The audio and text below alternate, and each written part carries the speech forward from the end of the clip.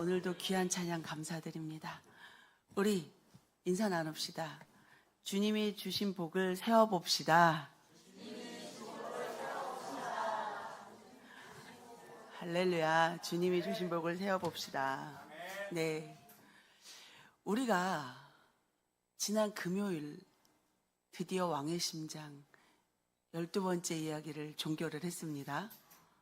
12번째 이야기를 종결을 하고 많은 사람이 물어왔어요. 그걸로 끝인가요? 그래서 걱정하지 마세요. 또 다른 것이 있습니다. 그것이 무엇인가요? 주일에 들으세요. 그랬죠. 우리가 왕의 심장 이야기를 통해서 무너진 자리에서 내가 무엇을 붙들고 살아왔던가를 보게 하셨고, 또 그렇게 무너진 자리에서 내가 무엇을 주인 삼고 의지하고 있었던가를 보게 하셨고, 또 그 무너진 자리에서 결국에 하나님께서는 그 왕의 심장을 어떻게 다루시고 빚어가시는지 우리가 왕의 심장 12가지 이야기를 통해 생각해 봤습니다. 심장은 내가 무엇을 붙들고 있는가, 의지하고 있는가, 그것을 보여줬다면 오늘부터 새로운 여정이 시작되는 이 왕의 정체성, 이 정체성은 내가 누구인가입니다. 내가 누구인가. 그래서 내가 누구인가일 때 나는 누구의 통치 아래 있는가, 나는 누구를 주인 삼고 있는가. 그래서 이 왕의 정체성은 예수님이 말씀해 주신 산상수훈을 통해서 팔복 시리즈로 왕의 정체성 이야기가 진행될 예정입니다. 그래서 오늘은 첫째로 심령이 가난한 자, 나는 안 된다 라는 얘기입니다. 나는 안 된다. 이거 기독교적이지 않은데요? 이거 하나님이 우리에게 가르쳐 주신 게 아닌데요? 나는 안 된다가 패배를 말하는 것은 아닙니다. 나는 안 된다가 어떤 절망을 말하는 것도 아닙니다. 여기서 말하는 나는 안 된다는 내가 하나님이 아니다. 내가 주인이 아니다. 내가 뭐가 된 것이 아니다. 내 힘으로는 안 된다. 네 자신을 알라. 이 얘기입니다. 그래서 나는 안 된다입니다. 그래서 하나님 나라에서의 정체성은 내가 하나님 앞에서 어떠한 자인지를 분명하게 아는 것, 그게 바로 하나님 나라의 정체성입니다. 그래서 오늘 왕의 정체성 첫 번째 이야기가 바로 심령이 가난한 자입니다. 이 심령이 가난한 자, 그러면 우리가 제일 먼저 가난하다 하면 떠오르는 것은 돈이죠. 내가 돈이 얼마나 있는가. 조금 더 나아가면은 내가 권세, 지위, 학벌, 건강 이런 부분들을 골고루 생각하게 됩니다. 그런 것들을 생각할 때 내가 가난한가? 그럼 때로는 그런 생각을 해봅니다. 나 혼자 있을 때는 굳이 가난하다는 생각을 안 해봐요. 그런데 옆에 나보다 더 어려운 사람이 있으면 더 가난하다는 생각을 안 해봐요. 왜? 나보다 더 어려운 사람이 있으니까. 그런데 나보다 괜찮아 보이는 사람이 있으면 상대적인 이 박탈감이라던가 상대적인 열등감이라든가, 집에서 자기 혼자 거울 볼 때 그렇게 스트레스 받는 사람 없어요. 나름 뜯어보면 괜찮거든요. 그런데 자기도 눈이 있으니까 TV를 볼 거 아니겠습니까?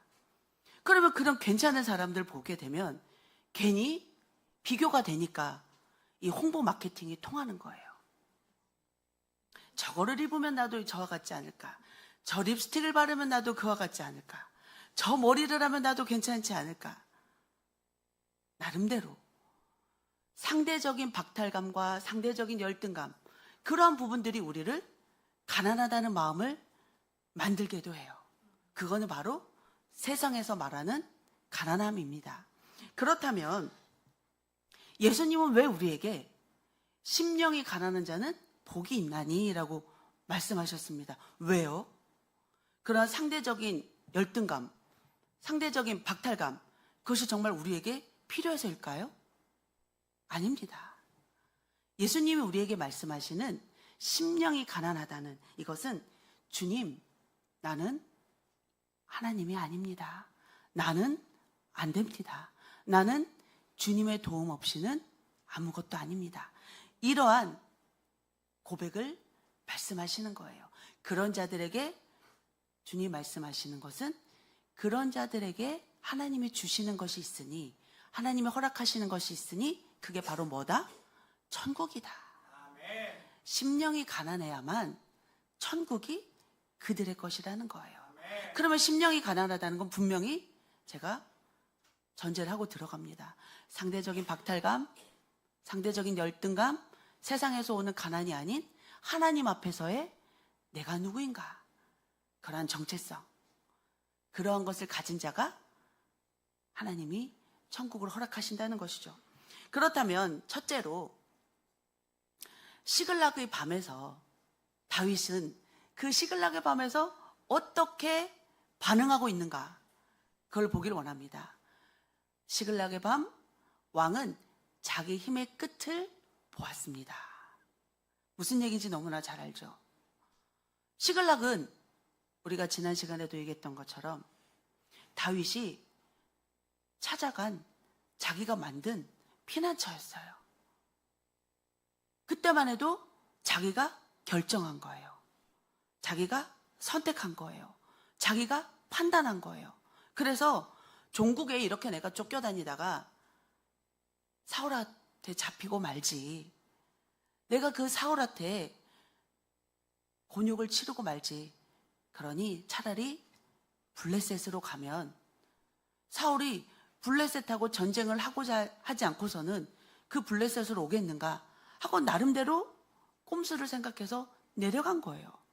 그 블레셋, 그 시글락에 거기 있었던 다윗, 전쟁에 참여하고자 했으나 블레셋에서 수치를 당하고 저 히브리에는 무엇인가 수치를 당하고 시글락으로 돌아왔는데 자기가 선택한, 자기가 만들었던 그 피난처가 다 불타버리고 없는 거예요. 자기들을 기다리고 있어야 할 그 집이 대문이 다 활짝 열려져 있고,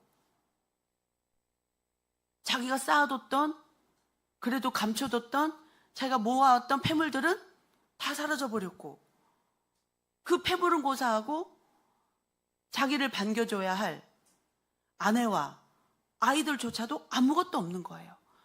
집도 다 타버리고 없어요. 그러한 상황 가운데 다윗은 누구입니까? 전쟁에 능한 자입니다. 다윗은 누구입니까? 리더입니다. 다윗은 누구입니까? 사람들의 지지를 받는 사람이었습니다. 전쟁에 능한 자요, 무기를 가지고 있는 자요, 지지를 받는 자요, 리더요. 그러한 다윗이 군인들을 모아서 바로 추격할 수 있었습니다. 그러나 다윗은 머물고 있었어요. 그때 많은 자들의 통곡과 절규와 비명이 끊이질 않는 겁니다. 그것을 성경은 이렇게 기록하고 있습니다. 사무엘상 30장 4절 말씀에 보면 다윗과 그와 함께한 백성이 울 기력이 없도록 소리 높여 울었더라. 어느 정도로 울었다고요? 울 기력이 없도록. 여러분 울어보셨죠? 울다 소리 지르고 울다, 통곡하고 울다, 지쳐서 너무 울고 나면 힘이 빠져요. 그럴 때 말할 수 없는 뜨거운 눈물을 흘리는 거예요. 뜨거운 눈물, 가슴으로 흘리는 눈물. 그런데 그 뜨거운 눈물을 흘리다 보면 사람이 분이 올라와요. 분이 올라와요. 백성들은 그 뜨거운 눈물을 삼키다 못해 이것이 다 분노로 바뀌어서 다윗을 쳐 죽이자. 어찌 보면 다윗은 백성들을 군인들을, 아둘람굴에서 분명히 400명이 출발을 했는데 600명이 모여 있단 말이에요. 여기저기서 그만큼 다윗의 얘기를 듣고 몰려온 자들이 있는 거죠. 그러면 그런 리더십도 있고 자기를 지지하는 군사들도 있고, 그런데 본인을 지지했던 군사들이 이날은 다윗의 지지자가 아닌 오히려 다윗에게 등을 돌린 자들이 되었습니다. 다윗이 전쟁에 능한 자였지만 이미 전쟁은 지나가고 폐허만 남아있는 곳이었습니다. 다윗이 아둘람굴을 비롯하여 많은 시간들을 계절을 지나왔지만 그 하나님이 빚어왔던 그 시간들이, 그 광야와 같은 시간들이 이 시글락의 밤을 대신해 주지는 않았습니다. 이것을 그냥 건너가게 하지 않았어요. 그랬을 때 다윗은 하나님께, 하나님, 나는 군대 장관이 아닙니다. 나는 리더도 아닙니다. 하나님, 나는 아무것도 아닙니다. 그러니 하나님, 내가 저들을 추격할까요? 하나님께 여쭤보는 그러한 자기의 정체성을 직면하는 그러한 모습을 보입니다. 사람은 모든 것을 다 잃어보고 자기가 가졌다고 한 것을 다 놓쳐보고 자기가 의지했던 것이 다 끊어지고 그랬을 때 왜 그제서야 내가 별거 것이 아니었네, 내가 뭐가 된 줄 알았는데 내가 아무것도 아니었네, 왜 그제서야 가난한 심정으로 하나님이 살려주시지 않으면 나는 죽어요, 왜 우리는 그제서야 그런 고백을 할까요? 좀 있을 때, 좀 많이 있을 때 그러면 얼마나 좋겠습니까? 물론 여기 있는 분들은 다 있을 때, 더 많을 때 주님밖에 없어요 라고 고백하실 줄 믿습니다. 아멘. 할렐루야. 뻔뻔도 해 진짜. 왜 우리가 그 계절을 지나야만 배우게 되는지, 그런데 그 계절을 지남에도 불구하고 끝까지 가난한 것을 모르는 인간들도 있는 것이 문제입니다. 자, 우리가 심령이 완전히 내가 무너졌을 때 내 존재의 중심이 드러나고 내 존재의 실체를 만나게 됩니다. 나는 돈을 의지했었구나. 나는 건강을 의지했었구나. 나는 이러이러한 것들을 의지했었구나. 나는 이러이러한 것들이 결국은 주인이었구나. 자기의 존재의 실체를 직면하게 됩니다. 그랬을 때 우리는 하나님, 내가 이러이러합니다, 내가 이러이러했습니다라고 고백하는 우리들이 되어야 될 줄 믿습니다. 아멘. 사무엘상 30장 6절은 이렇게 기록하고 있습니다. 백성들이 자녀들 때문에 마음이 슬퍼서 다윗을 돌로 치자 하니 다윗이 크게 다급하였으나 그의 하나님 야훼를 힘입고 용기를 얻었더라. 그의 하나님 야훼를 힘입고 용기를 얻었더라. 여러분, 우리가 모든 것을 잃었을 때, 아니면 내가 의지하는 것이 끊어졌을 때, 아니면 내가 믿었던 사람이 나를 배신했을 때, 내게 등을 돌렸을 때, 내게 아무것도 없을 때, 그때 우리는 예수님이 말씀하신 것처럼 심령이 가난한 자는 복이 있나니 천국이 그들의 것이며, 가난한 심령, 하나님 나는 아닙니다, 내 힘으로는 안 됩니다, 다윗이 야훼를 힘입고 용기를 얻었던 것처럼 우리가 하나님을 힘입고 용기를 얻어야 될 줄 믿습니다. 아멘. 그런데 계시록에 나오는 라오디게아 교회처럼 또 엉뚱한 일이 있습니다. 둘째로, 라오디게아, 가난한 줄 모르는 영적 착각. 자, 이 영적 착각. 내가 가난한데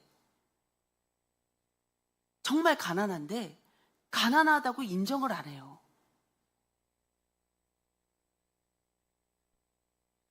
항상 고만고만하게 사니까 고만고만하게 자기끼리끼리 그렇게 있으면서 서로 위로하고 서로 의지하고 자기들 안에서 도토리 키재기를 하는 거예요. 이 라오디게아 교회가 정말 위험했던 것은 뭐냐면 자기들이 가난하다는 걸 인정하지 않는 거예요. 영적으로 얼마나 자기들 삶에 영적인 기근이 들어있는지를 인정을 하지 않는 거예요. 그걸 모르는 거예요. 그러다 보니 하나님이 주인이 아닌데도, 하나님이 그 공동체의 왕이 아닌데도 그냥 누가 더 많이 봉사하는가, 누가 더 많이 헌금하는가, 누가 더 많이 뭐 하는가, 누가 더 많이, 자기들 안에 그러한 세상적인 것들로 꽉 차 있는 거예요. 누가 지위를 가졌는가, 누가 무엇을 어느 자리에서 어떻게 하였는가, 그런 것들만 관심이 있는 거예요. 하나님께 속해 있는가, 하나님이 그것을 기뻐하는가, 하나님이가 빠져있고 내가 네가 모든 것들이 사람이 주어가 되어 있는 가난한 교회입니다. 라오디게아 교회는 자기들이 안정되어 있다고 착각했고, 또 자기들에게 자원이 있다고 착각했고, 부요하고 부족한 것이 없고 자기들은 스스로 설 수 있는 힘이 있다고 착각했습니다. 그러다 보니 하나님 앞에 가난한 마음이었고 하나님을 향한 갈망이 식어 있고, 또 실상 자기들의 실체를 볼 수 있는, 자기들의 마음의 상태를 볼 수 있는 눈이 오염되어 있었던 거예요. 그러니 개구리가 냄비에서 익어가는 것처럼 자기들이 변질되어 가고 있는 것을 모르는 거예요. 문둥이가 살이 떨어져 나가도 모르는 것처럼 영적 감각을 잃어버린 거예요. 그러니 그 착각의 늪에 빠져서 자기들은 가난하다는 생각을 전혀 못하는 거예요. 하나님 자리에 앉아서 내가 판단하고, 하나님 자리에 앉아서 자기가 결정하고, 하나님 자리에 앉아서 자기 마음대로 해석하고, 그렇게 정죄하고, 그런 부분들 가운데 그 착각의 늪은 더 깊이 들어갈 수밖에 없는 겁니다. 그러나 시글락에서 다윗은 자기의 가난한 모습을 보게 된 거죠. 자기의 연약함을 보게 된 거죠. 아무것도 아닌 자기를 직면하게 된 거죠. 어찌 보면 다윗은 동굴 안에서, 광야에서 여러 가지 자기도 하나님 안에 빚어가면서 내가 이 정도면 뭔가 리더인 것 같고, 내가 이 정도면 뭔가 온유하고 인자한 것 같고, 이 정도면 내가 뭔가 되어진 것 같고, 그런 착각에 빠질 수도 있었어요. 그러나 다윗은 결정적인 순간에 하나님 앞에 자기의 가난한 심령을, 아무것도 아닌 자기의 정체성에 대해서 고백을 하는 그 자리로 나오게 되는 것입니다. 그래서 하나님 나라는 자기가 가난하다는 것을, 내 심령이 아무것도 아니라는 것을, 내가 그 무엇도 아닌 하나의 먼지와 같다라는 것을 인정하고 하나님 없이 살 수 없다라는 것을 고백하는, 그것이 하나님 나라의 정체성입니다. 그래서 라오디게아 교회의 가장 큰 비극은 하나님 없이도 자기들이 뭔가 된 줄 알고 자기들이 뭔가 계속 할 줄 안다는 그러한 착각에 빠져 있다는 것이 가장 큰 비극이었습니다. 그런데 자기 가난을 모르는 것만 비극이냐? 아니요. 셋째로 에브라임 지파, 에브라임은 활을 들고도 물러간 사람들입니다. 시편 78편 9절 말씀은 이렇게 기록하고 있습니다. 에브라임 자손은 무기를 갖추며 활을 가졌으나 전쟁의 날에 물러갔도다. 전쟁의 날에 물러갔도다. 무기를 갖추고 활을 가졌음에도 불구하고 전쟁의 날에 물러갔대요. 왜 그럴까요? 78편 그 10절 11절 말씀은 이렇게 기록합니다. 그들이 하나님의 언약을 지키지 아니하고 그의 율법 준행을 거절하며 야훼께서 행하신 것과 그들에게 보이신 그의 기이한 일을 잊었도다. 뭐 했다고요? 잊었대요. 누구를 잊어요? 하나님을 잊었대요. 라오디게아 교회는 자기들의 실체, 영적 실체를 분별하지 못하는 영적 착각에 빠져 있는 자기의 가난함을 몰랐던 자들이라면 오늘 이 에브라임 지파는 또 하나님을 잊어버린 거예요. 하나님이 어떠한 분인지, 하나님이 어떠한 일을 행하셨는지, 하나님이 나를 어떻게 인도하셨는지, 하나님이 어디까지, 여기까지, 지금도 앞으로도 영원토록 함께 하시며 이끌어 주실 것을 잊어버린 거예요. 하나님이 어떠한 분인지를. 오늘 우리가 찬양했던 것처럼 받은 복을 세어보아라. 문제는 받은 복을 세웠는데 10년 전에만 받았어. 10년 전까지만 받은 것 같아. 그거를 10년 동안 우려먹어. 그 하나님은 어디 출장 가셨나요? 그러니 라오디게아 교회인 거죠. 하나님은 주무시지도 졸지도 않으시 하신다셨는데 왜 그러한 일이 지금은 없는가? 내가 착각에 빠져 있는 거죠. 또 기이한 일을 행하실 하나님을 잊고 있는 거죠.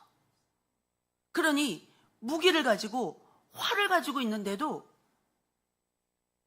도망가는 거예요. 어디에서? 전쟁의 날에, 결정적인 순간에. 이미 여러분에게는 무기가 있고 활이 있습니다. 결정적인 순간에 토끼는 거예요. 누구 앞에서?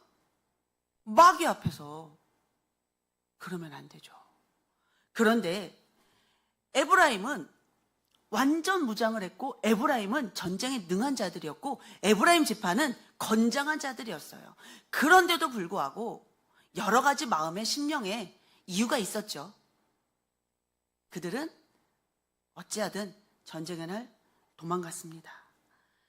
그들이 전쟁의 날 물러간 이유는 하나님에 대한 기적을 잊어버렸고 또 하나님을 더 이상 신뢰하지 않았기 때문입니다. 하나님을 신뢰하지 않았기 때문에 그들은 전쟁의 날 도망갔다고 성경은 기록하고 있습니다. 그러면 하나님을 기억한다는 것이 하나님 그때 그랬는데요. 나에게 이런 일이 있었죠. 이거를 추억을 기억하라는 것은 아닙니다. 그럼 무엇이냐? 그 하나님은 어제나 오늘이나 영원토록 동일하신 하나님이시기 때문에 그 크신 하나님 앞에 지금의 나의 문제는 아무것도 아니다라는 것을 기억하라는 겁니다. 하나님 앞에 들고 나오라는 겁니다. 그 하나님이 나의 아버지라는 겁니다. 그런데 그 하나님을 기억도 아니할 뿐더러 기억해도 이걸 들어주시겠어? 이건 조금 센데 이 문제는. 하나님을 신뢰하지 않는 거죠. 하나님이 성경 어디에 내가 10단계 중에 5단계까지만 해줄게. 내가 인심 썼다. 10단계 중에 9단계까지만 해줄게. 근데 10단계는 안 돼. 어디에 있습니까, 여러분? 오히려 겨자씨만한 믿음이 있으면 산을 들어 옮긴다 하셨는데 우리는 산을 들어 옮길 수 있는 믿음을 구해야 되겠습니다. 그래서 우리가 때로는 정말 가장 중요한 것을 놓치고 있어요. 하나님, 나의 믿음 없음을 용서하시고 내게 믿음을 더하여 주시옵소서. 정말 믿음을 구해야 될 줄 믿습니다. 이사야서 51장 12절은 이렇게 말씀하고 계십니다. 이르시되 51장 12절 말씀. 주의 구원을 즐거움을 내게 회복시켜 주시고 자원하는 심령을 주사 나를 붙드소서.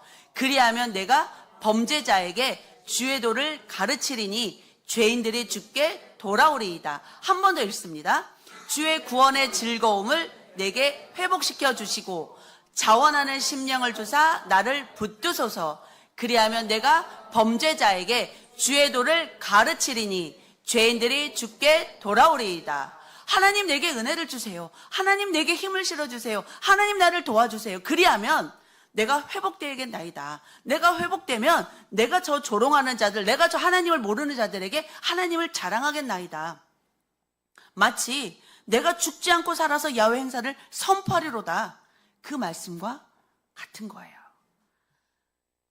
이사야서 51장 13절은 연이어 이렇게 기록하고 있습니다. 내가 범죄자에게 주의 도를 가르치리니 죄인들이 주께 돌아오리이다. 자, 주의 도를 가르치면 그들이 어떻게 된다고요? 돌아온다라는 거예요. 이것이 바로 전도의 문인 거예요. 이것이 바로 생활의 전도인 거예요. 이것이 바로 관계 가운데 전도인 거예요. 하나님은 우리를 모델로 쓰신다는 거예요. 그러면 모델로 쓸 사람을 이상하게 해놓겠습니까? 백화점에 갔는데 마네킹이 거지 같아. 백화점에 갔는데 마네킹이 뭐 외계인이야. 또 이상해서 잘 마케팅이 될까요? 아니면 마케팅이 이상하게 마네킹을 뭐 이상하게 하는 그런 걸 떠나서 좀 거지같이 만들어 놓거나 아니면 우리가 상식적이지 않은 것으로 마네킹에게 옷을 입혀놨다. 아, 마네킹이 너무 날씬하잖아요. 근데 뭐 한 200kg 정도 마네킹에다 옷을 입혀놨다. 그걸 살까요? 무엇과 같으냐? 하나님은 우리를 통하여 많은 자들을 주께로 돌아오시도록 그들을 주께로 죄인의 길에서 의인의 길로 돌이키도록 우리를 쓰신다는 거예요. 땅끝까지 이르러 증인이 되게 하신다는 거예요. 그렇다면 우리에게 가장 선하고 좋은 것을 주지 않겠습니까? 그래서 우리가 두려움의 뿌리가 상황에 뿌리를 내리기 때문에 하나님을 신뢰하지 못하는 거예요. 왕의 심장 마지막 이야기처럼 시냇가에 심기운 나무처럼 우리는 하나님의 말씀에 뿌리를 내려 겨와 같이 날리는 것이 아니라 나무와 같이 흔들리지 않는 하나님의 사람들이 되어야 될 줄 믿습니다. 그래서 심령이 가난한 사람은 하나님의 행하신 일을 잊지 않고 그 하나님을 신뢰하는 자, 하나님의 행하실 일을 기대하는 자입니다. 그래서 오늘 우리 모두가 하나님에 대한 기억이 회복되어야 될 줄 믿습니다.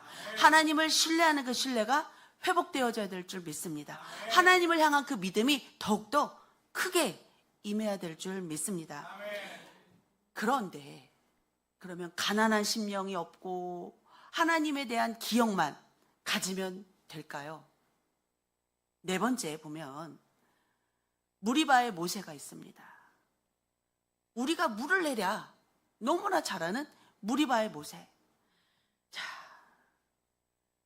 가난한 심령도 있어요.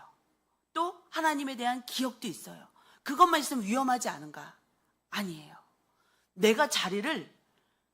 내게 주어진 자리를 넘어서서 하나님의 자리를 침범하면 그것도 위험한 거예요. 그것이 단순히 교만해서, 단순히 오만해서 하나님의 자리를 침범하는 건 아닙니다. 교만해서 침범할 수도 있고 오만해서 침범할 수도 있지만 그 두 가지만이 하나님의 자리를 침범하는 거다라고 단정 지을 수 없습니다. 무리바에서 모세를 우리가 다 압니다. 얼마나 많은 백성들이 계속 원망하고 계속 불평하고 하나님이 이런 은혜를 주시면 또 저러한 것으로 불평하고 이런 은혜를 주시면 또 다른 것으로 불평하고 계속 반복되어지는 문제와 반복되어지는 불평 가운데 모세는 지쳤습니다. 항상 무언가를 해결해야 됐습니다. 그리고 끊임없이 언제 끝날 줄 모르는 그런 것에 여기까지, 아구까지 지친 것이 쌓여 있었습니다. 그런 너무 지쳐있고 반복되는 것에 분이 여기까지 차있고 내가 너희를 언제까지 참을 것인가? 매 순간 무언가를 해결해야 되는 것에 전전긍긍해야 됐고, 종국에 모세는 이렇게 말을 합니다. 민수기 20장 10절 말씀입니다. 모세와 아론이 회중을 그 반석 앞에 모으고 모세가 그들에게 이르되 반역한 너희여 들으라. 우리가 너희를 위하여 이 반석에서 물을 내랴 하고. 자, 여러분, 물을 누가 내는 겁니까? 하나님이 내시는 겁니다. 기적을 누가 일으킵니까? 하나님이 일으켜 주시는 겁니다. 그런데 오늘 성경 본문에서 모세는 뭐라고 말합니까? 본문 말씀, 우리가 하나님이 너희에게가 아니고 우리가 너희를 위하여 이 반석에서 물을 내랴. 물을 누가 낸다고요? 하나님이요. 하나님이 너희를 언제까지 참으시랴가 아니고 우리가 너희를 위하여 이 반석에서 물을 내랴. 그럼 우리에 누가 들어가 있어요? 모세도 들어가 있는 거예요. 사람은 너무 지쳐도 어떤 일들이 계속 반복되면서 너무 힘들어도 또 어떤 문제를 지속적으로 해결하는 자리에 있어도 착각할 때가 있는 거예요. 이 문제를 내가 해결해야 된다. 문제라는 것이 해결되는 것에 소망을 두는 거예요. 여러분, 우리의 소망은 어디에 있습니까? 하나님께 있습니다. 그런데 삶에 살아가다 보면 어떤 A라는 문제가 생기고 또 살아가다 보면 B라는 문제가 생기고 또 어떤 날은 공교롭게도 C, D라는 문제가 동시에 올 때도 있습니다. 그러면 우리는 소망을 하나님께 두고 하나님을 기억하고 하나님을 신뢰하는 것이 아니라 이 문제가 해결되는 것에 함몰될 때가 있습니다. 이 문제만 보는 거예요. 제발 이 문제만 해결되면 좋겠다. 이 문제를 어떻게 해결해야 될까? 문제가 전부가 돼버릴 때가 많습니다. 그러니 문제가 이 답이 뭘까? 이 문제가 나를 어디로 끌고 갈까? 이 문제가 저들을 어떻게 반응하게 할까? 문제 가운데 쌓여서 이 문제를 다스리시는 하나님을 놓친다는 거예요. 그게 무리바의 모세였어요. 그러니 단순한 교만도 아니고 어쩌면 지쳐있는 지도자의 분노, 또 반복되는 문제 앞에서 소진된 마음, 그리고 문제마다 지쳐있다 보니 빨리 이거를 해결하고 싶은 압박감, 결국에는 문제 해결이라는 답을 내가 거기에 소망을 두고 있는 그러한 리더는 아닌지, 그러한 직분자는 아닌지 우리는 돌아봐야 합니다. 그래서 문제는 하나님을 신뢰하지 못하고 하나님을 기다리지 못하고 내가 그 하나님의 자리를 침범하여 판단하고 결정하고 해석한 그러한 하나님의 영역으로 넘어가 버린 내 자신을 우리는 발견해야 됩니다. 하나님이 하셔야 될 일을 내가 하려고 할 때 그 사역은 충성이 아닙니다. 그거는 침범입니다. 특별히 열심히 특심인 자들은 하나님의 권한을 더 침범할 때가 많습니다. 그리고 그것이 뜻대로 안 돼서 더 절망할 때도 많습니다. 왜 하나님 나에게 이렇게 하십니까? 더 원망할 때도 많습니다. 그게 누구였습니까? 갈멜산의 엘리야였습니다. 자기가 생각했던 반응대로 반응이 안 됐을 때, 그렇게 많은 바알 선지자가 죽어나갔을 때 이스라엘 백성들이 하나님 앞에 통회자복하기를 바랬고 왕과 왕비가 하나님 앞에 엎드리기를 바랬고 살아계신 하나님을 경외하기를 바랬습니다. 근데 자기 생각과 달랐을 때 무엇이던가 또 다른 결정을 했던 엘리야, 죽기를 소원했던 엘리야, 어찌 보면 내가 저들에게 잡혀서 하나님을 욕보이지 않고 내가 혼자 가야겠다라고 또 자기가 해석하고 자기가 판단했던 엘리야, 하나님의 자리를 넘어섰던 엘리야, 그런 모습이 있습니다. 그래야면 내가 물을 내려고 하면 안 됩니다. 그렇다고 내가 불을 내릴 수 있습니까? 그것도 아닙니다. 권한은 어디에 있습니까? 하나님께 있습니다. 그랬을 때 시글락에서 다윗은 하나님, 내가 무기도 있고 내가 군사도 있는데 내가 당장 따라가자! 나를 따르라가 아니고 내가 추격할까요? 결정권을 하나님께 넘긴 가난한 심령. 그 모습을 우리는 발견해야 됩니다. 어떠한 문제든 그 앞에서 결정권을, 해석권을, 판단을, 그 분별을 하나님께 맡겨야 됩니다. 그렇다면 다윗이 완성인가? 아닙니다. 다섯째로 겟세마네에서 예수님, 아버지 뜻에 자신을 드리다. 다윗은 완성본이 아니에요. 그럼 우리에게 완성본은 누구냐? 바로 예수 그리스도입니다. 우리의 진정한 모델은 예수 그리스도예요.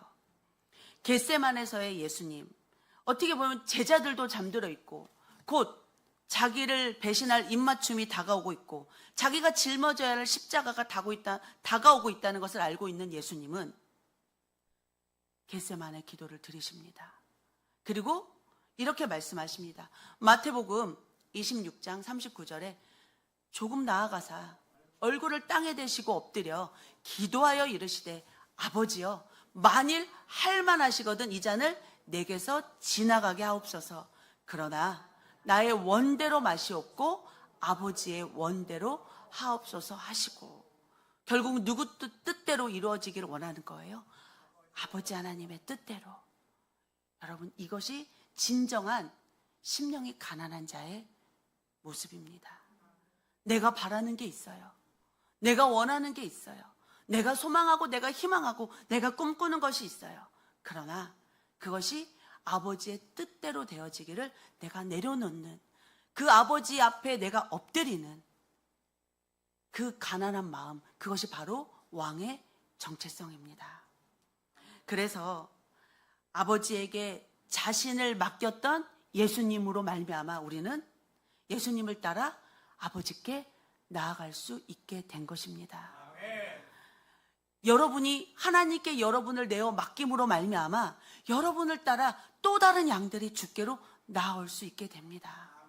그러기에 내가 아버지 앞에 나의 결정권을, 나의 왕권을 내려놔야 됩니다. 나의 왕권, 내가 가지고 있는 나의 왕자, 내가 쌓아온 나의 왕국, 이것들을 내려놓고 아버지 앞에 아버지가 나의 왕이십니다. 아버지 나라가 나의 나라입니다. 아버지 뜻이 나의 뜻입니다 했을 때 그때 비로소 우리가 아버지 나라에 들어갈 수 있기 때문에 천국이 우리의 것이 되는 것입니다. 내 왕자가 있고 내 왕국이 있고 내 왕권이 있는데 어떻게 하나님 나라에 들어갈 수가 있겠습니까? 나라와 나라의 전쟁일 뿐입니다. 그러나 내 나라가 패하고 내 왕자가 사라지고 내 왕권이 끊어지고 아버지 앞에 내려와서 하나님의 왕권 앞에 엎드리며 하나님이 나의 왕이 되십니다. 아버지 나라가 나의 나라입니다. 아버지의 뜻이 나의 뜻이 되기를 소원합니다. 그렇게 기도할 때 아버지 뜻을 나에게 알려주세요. 그렇게 기도할 때 천국이 그들의 것이라고 예수님은 말씀하고 계십니다. 아멘. 여러분, 이제 말씀을 마치려고 합니다. 우리 안에 있는 라오디게아 교회, 내 안에 있는 라오디게아가 깨져야 합니다. 그 영적 착각에서 벗어나야 합니다. 그리고 내 안에 있는 에브라임, 활과 무기를 가지고 있었지만 전쟁의 날 물러간 에브라임, 내 안에 있는 그 에브라임이 돌아서야 됩니다. 또한 내 안에 있는 모세가 무리바의 반석을 쳤던 그 내 안의 모세가 깨어져야 됩니다. 그리고 여러분, 다윗이 하나님을 힘입어 용기를 얻었지만 정작 우리가 예수님의 마음을 가지고 아버지 나의 원대로 마시고 아버지의 원대로 이루어 주시옵소서. 그런데 내가 아버지의 뜻을 모른다면 오히려 아버지의 뜻을 방해하는 자가 될 수 있사오니 하나님 나에게 하나님의 뜻을 가르쳐 주시옵소서. 아버지의 뜻을 분별하게 하여 주시옵소서. 그리하여 무지해서 하나님을 가리는 것이 아니고 내가 진실로 하나님을 사랑한다면서도 내가 미련하여 아버지의 뜻을 모르는 자가 아니고 하나님의 뜻을 알아 그 뜻에 순복하는 그 뜻을 따라가는 하나님의 종이 되게 해달라고 우리는 기도해야 될 줄 믿습니다. 그래서 여러분, 우리의 생각이 바뀌어야 되고 우리의 믿음이 다시 서야 하고 우리의 꿈이 하나님 나라에 맞춰져야 되고 우리의 입술이 하나님의 마음에 맞는 그 말로 변화되어져야 됩니다. 그것이 바로 4차원의 영성입니다. 오늘 우리가 이 말씀 앞에 다 엎드리길 원합니다. 오늘 주신 말씀, 심령이 가난한 자는 천국이 그들의 것이며 하나님 나의 심령이 혹시 내가 주인 되어 있습니까? 아직도 하나님 없이 무언가를 할 수 있다고 어떤 일에 빠져 있습니까? 아니면 너무 내가 혹시나 상대적인 열등감과 상대적인 박탈감에 눌려 있습니까? 그런 자들에게는 다윗과 같이 하나님을 힘입어 용기를 얻게 하시고 아니면 라오디게아 교회처럼 가난한 줄 모르는 영적 착각에 빠져 있다면 그 착각에서 깨어나게 하시고 에브라임처럼 활과 무기를 가졌지만 정작 전쟁의 날 도망간 그런 내 심령이 있다면 하나님 돌이키게 하여 주시고 지쳐있는 모세와 같이 그렇게 번아웃 되어 있다면 하나님 새 힘을 불어넣어 주시고 온전히 겟세마네의 예수님과 같이 아버지 앞에 엎드려 내 힘으로는 안 되오니 성령으로 내게 부어달라고 그렇게 기도로서 하나님을 따라가고자 몸부림쳤던 예수님조차도 기도하며 몸부림치며 하나님을 따라갔습니다. 예수님조차도 기도로서 그 뜻에 충성하려고 했습니다. 순종하려고 했습니다. 하물며 우리인들 기도 없이 어떻게 따라갈 수 있겠습니까? 하나님 우리에게 기도의 능력을 부어주시고 기도의 은혜를 부어주시고 성령으로 충만하게 채워달라고 우리 주여 삼창 부르고 기도합니다.